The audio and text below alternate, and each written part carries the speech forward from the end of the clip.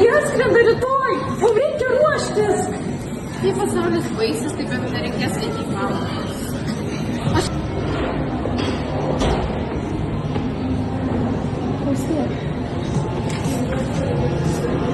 Aš turiu tau prisipažinti, aš žinau apie ateivius. Tu juos pažįsti? Daugiau nei pažįstu.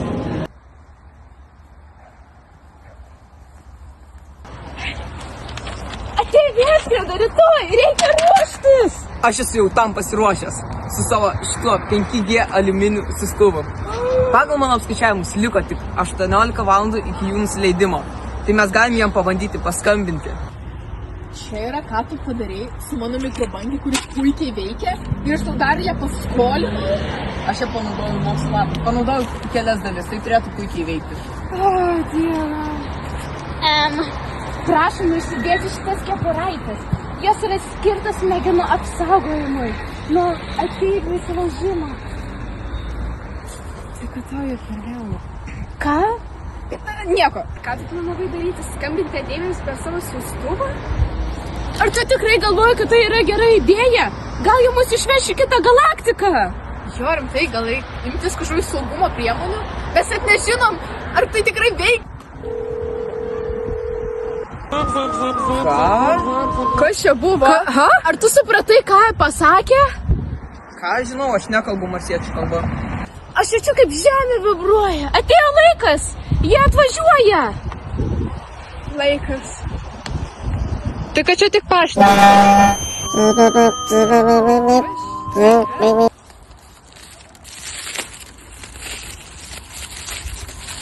Ai, tai kad čia tik šokoladukai.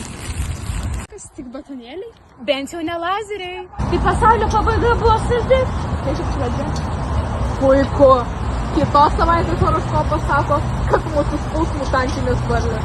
O jei jas mėgsta batonėlius? Kas per idėjos? Kas?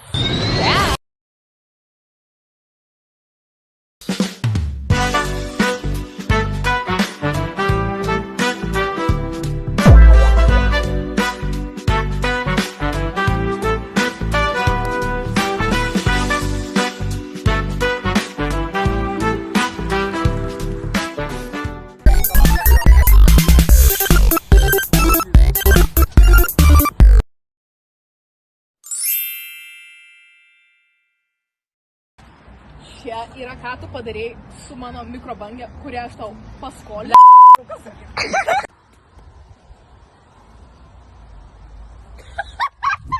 Reikia ruoštis. Ką planavai daryti? Skambinti ateiviams per savo siųstuvą?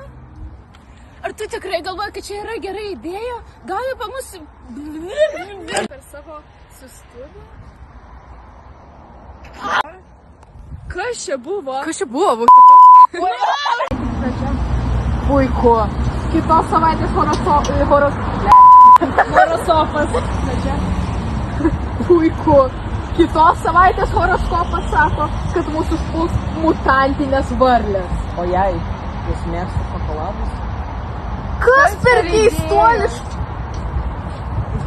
Mes kažką sakyt turėjom? Taip. Kas per